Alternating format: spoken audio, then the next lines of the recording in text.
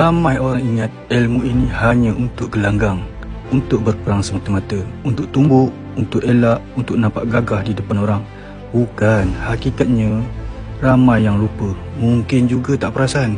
Ilmu inilah yang sebenar-benarnya banyak diaplikasikan di luar gelanggang, digunakan dalam kehidupan sehari-hari. Ianya sebagai asbab jadi perisai bila gangguan jin datang. Ianya juga akan menjadi ubat bila keluarga kita dijatuh sakit akibat sihir dan seumpamanya. Dan ianya juga menjadi asbab buat ikhtiar kita bila ada yang menyerang. Maka perbetullah persepsi kalian semua.